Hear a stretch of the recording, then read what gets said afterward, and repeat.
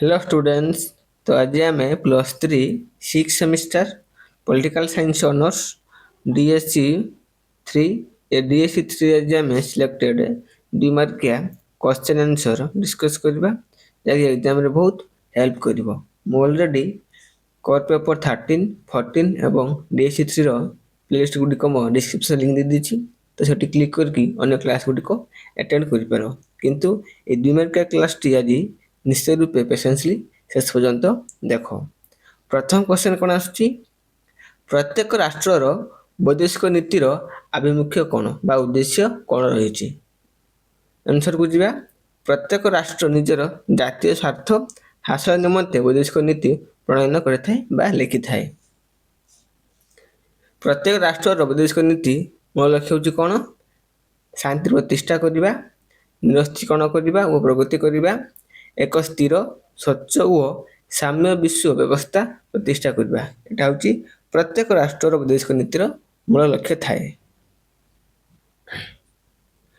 Next question जीवा 2 का आसीबा, पंचशील नीतिर दुईटी नीति लेख। पंचशील नीतिर दुईटी नीति, प्रत्येक राष्ट्र अखंडता प्रदर्शन और सार्वभौमत्व प्रति पारस्परिक सम्मान दब। कौन कर प्रत्येक राष्ट्र निज जो एरिया अच्छी अखंड रखिब एवं सार्वभौमत्व प्रति पारस्परिक सम्मान दब। आ कौन ना पारस्परिक अनाक्रमण, किए क्या आक्रमण करेंगे ना, समस्त शांति रे सहावस्थान करेंगे। पंचशील नीतिर दुईटी नीति थिला। ओके, नेक्स्ट जीवा, आंतर्जातिक विवादर समाधान पाई भारत संविधान की व्यवस्था रही। आंतर्जातिक स्तर में जो विवाद अच्छी ताको समाधान करने भारत संविधान को व्यवस्थाटा अच्छी। भारत संविधान 51 धारा आंतर्जातिक विवाद समाधान व्यवस्था रही। ता अनुसार आंतर्जातिक क्षेत्र में विभिन्न समस्या उपजुले कौन दल शांतिपूर्ण समाधान पाई भारत चेष्टा करिवो। नेक्स्ट क्वेश्चन कौन आसुछु, दि त्रिटिनी कौन। दि त्रिटिनी कौन, दि त्रिटिनी होची एक व्यवस्था जहाँ माध्यम उभय देश मध्य संपर्क सहज हो पारिवो। तो दि त्रिटिनी कौन, एक व्यवस्था जहाँ माध्यम दुई देश मध्य सुसंपर्क प्रतिष्ठा हो पारिवो। एथिरे भारत और अमेरिका मध्य थिबा उत्तम बुझामणा क्षेत्र सहित समस्या बहुल क्षेत्र में स्थान पाइथिला। कोडा दि त्रिटिनी व्यवस्था। तो प्रत्येक क्वेश्चन प्लस कॉन्सेप्ट कि भल भाव में मन रख, को क्वेश्चन को आंसर एवं ता कॉन्सेप्ट कौन रही। 5 नंबर क्वेश्चन कौन आसुची, अमेरिका बाध्य करने सत्वे भारत व्यापक परीक्षा निश्चय चुक्ति बा सीटीबीटी रे कहीं सरकार कर भारत व्यापक परीक्षा निश्चय चुक्ति रे स्वाक्षर कर कारण भारत मत रखिला जे यार एक सदस्य नहीं मध्य ताकू यह करने पड़ुछि जहाँ विपद सृष्टि करुछि। चीन एक आणविक संपूर्ण राष्ट्र और यह पाकिस्तान को साहाय्य करुछि। तो भारत एटा मत रखिला कौन, चीन एक आणविक संपूर्ण राष्ट्र, सी पाकिस्तान को साहाय्य करुछि। भारतर निरापत्ता सुरक्षित नुहे जदि संपूर्ण आणविक निरस्त्रीकरण पदक्षेप ग्रहण करा जाए तेबे ताले भारत सीटीबीटी स्वाक्षर करिवो। एटा गोटे इंपोर्टेंट क्वेश्चन दी अछि। नेक्स्ट पीजी किबा कॉम्पिटिटिव रे मध्य किबा एमती इंटरव्यू रे मध्य क्वेश्चन टी पचारि पारंती जे अमेरिका बाध्य करबा सत्वे भारत कोन पई सीटीबीटी स्वाक्षर करन नथिला। नेक्स्ट जीवा क्वेश्चन नंबर 6 को आसीबा। दीटा क्वेश्चन इंपोर्टेंट अछि। एक्ट इट पॉलिसी रे उद्देश्य कोन आ उडे कोन लुक इट पॉलिसी कोन। तो दुटा सारा को मोट नंबर करछि। प्रथम देखिबा एक्ट इट पॉलिसी उद्देश्य कौन।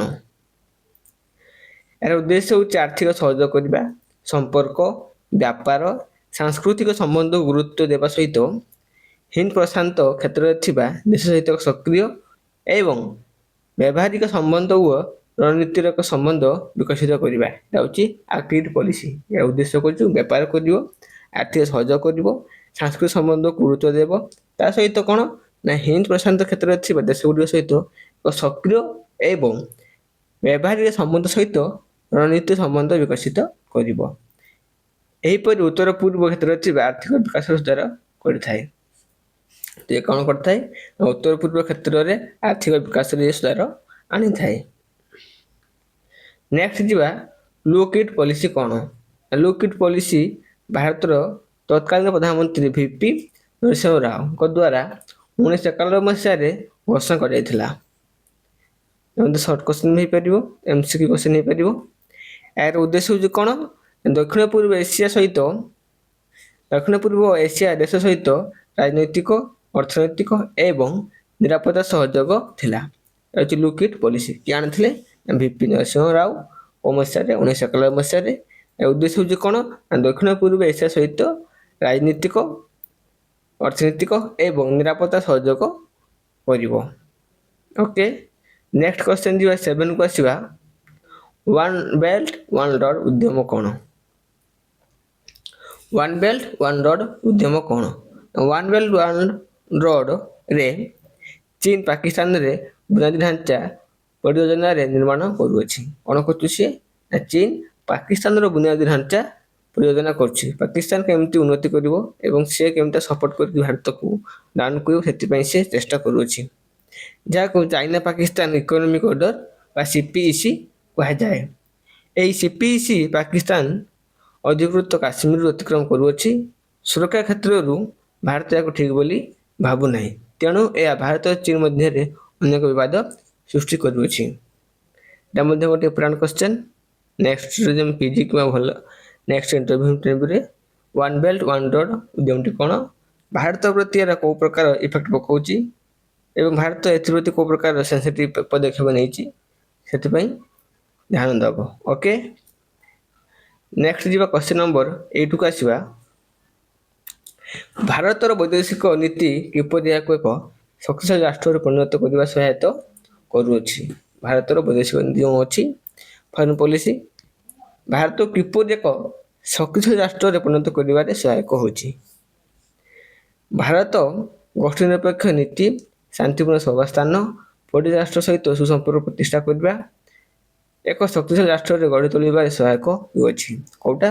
ନା ଭାରତର ବୈଦେଶିକ ନୀତିଟି କ'ଣ କରୁଛି? ନା ଭାରତକୁ ଏକ ଶକ୍ତିଶାଳୀ ରାଷ୍ଟ୍ରରେ ପରିଣତ କରିବା ପାଇଁ ସହାୟକ କରୁଛି। ତା ସହିତ କ'ଣ?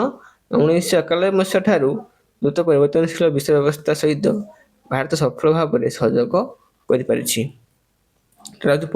ଫରେନ୍ ପଲିସି ପାଇଁ ଏସବୁ ଧୀରେ ଧୀରେ ଉନ୍ନତି ହେବାରେ ଲାଗିଛି। ନେକ୍ସଟ କ୍ୱେଶ୍ଚନ୍ ଯିବା 9କୁ ଆସିବା।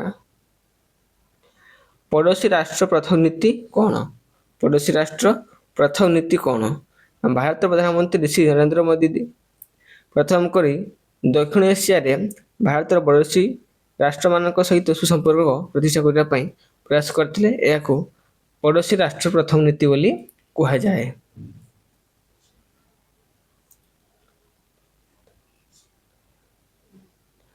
ନେକ୍ସଟ କ୍ୱେଶ୍ଚନ୍ କ'ଣ ଆସୁଛି? ବ୍ୟାପକ ପରୀକ୍ଷା ନିଶ୍ଚିତ ଚୁକ୍ତି କ'ଣ? ନା ଏହି ଚୁକ୍ତି ଅନୁଯାୟୀ ଏଥିରେ ସ୍ୱୀକାର କରିଥିବା ରାଷ୍ଟ୍ରମାନେ ନିଜର ନିୟନ୍ତ୍ରଣ ଥିବା ଅଞ୍ଚଳରେ କୌଣସି ଆଣବିକ ପରୀକ୍ଷା ବା ବିସ୍ଫୋରଣ କରିପାରିବେ ନାହିଁ। ଏହା ହେଉଛି କ'ଣ? ବ୍ୟାପକ ପରୀକ୍ଷା ନିଷିଦ୍ଧ ଚୁକ୍ତି। ଏଥିରେ କ'ଣ? ନା ଏଥିରେ ସ୍ୱୀକାର କରିଥିବା ରାଷ୍ଟ୍ରମାନେ ନିଜର ନିୟନ୍ତ୍ରଣ ଥିବା ଅଞ୍ଚଳ ବା କୌଣସି ଆଣବିକ ପରୀକ୍ଷା କିମ୍ବା ବିସ୍ଫୋରଣ କରିପାରିବେ ନାହିଁ। ଏହି ଚୁକ୍ତିରେ ସର୍ବପ୍ରଥମ କିଏ? ନା ଆମେରିକା, ଯୁକ୍ତରାଷ୍ଟ୍ର ଆମେରିକା ସ୍ୱୀକାର କରିଥିଲା। ଏଟା ଗୋଟେ ସର୍ଟ କ୍ୱେଶ୍ଚନ୍। ଯେ ବ୍ୟାପକ ପରୀକ୍ଷା ନିଷେଧ ଚୁକ୍ତି ପ୍ରଥମେ କିଏ ସେଥିରେ ସ୍ୱୀକାର କରିଥିଲା? ନା ଆମେରିକା ସ୍ୱାକ୍ଷର କରିଥିଲା। ଆଉ ଗୋଟେ କଥା କହି ରଖୁଛି, ମୋ ଡିସ୍କ୍ରିପ୍ସନରେ ମୋର କୋର୍ ପେପର 13, କୋର୍ ପେପର 14 ଏବଂ DSC 3ର ମଧ୍ୟ ପ୍ଲେଲିଷ୍ଟ ଲିଙ୍କ ଅଛି। ଏଠି କ୍ଲିକ୍ କରିକି ଅନ୍ୟ କ୍ଲାସ୍ ଭିଡ଼ିଓ ଆଟେଣ୍ଡ କରିପାରିବ, କିମ୍ବା ଆଜିର କ୍ଲାସ୍ କିମ୍ବା ନେକ୍ସଟ ଯେଉଁ କ୍ଲାସ୍ ଅଛି ତାର ଭିଡ଼ିଓ ପାଇବା ପାଇଁ ମୋ ଡିସ୍କ୍ରିପ୍ସନରେ ମୋର ହ୍ୱାଟ୍ସଆପ୍ର ଗ୍ରୁପ୍ର ଲିଙ୍କ ଅଛି। ତା ସହିତ ଟେଲିଗ୍ରାମ ଗ୍ରୁପ୍ର ମଧ୍ୟ ଲିଙ୍କ ଅଛି। ଯେଉଁଟା ପାରିବ ଗ୍ରୁପ୍ ରେଡ଼ି ହେଇଯାଇପାରିବ, ଯାହାଫଳରେ PDFଟି ଶୋ କରିବ, କିମ୍ବା ମୋର ଯେଉଁ କମେଣ୍ଟ ରହିଛି ବା ଶେଷ PDFଟି ରହିଛି ତା ତଳେ ମଧ୍ୟ କମେଣ୍ଟ କଲେ ମୁଁ ନିଶ୍ଚିତ ଭାବେ ସିନ୍ କରିବି, PDF ମଧ୍ୟ ପଠାଇଦେବି। Thank you all.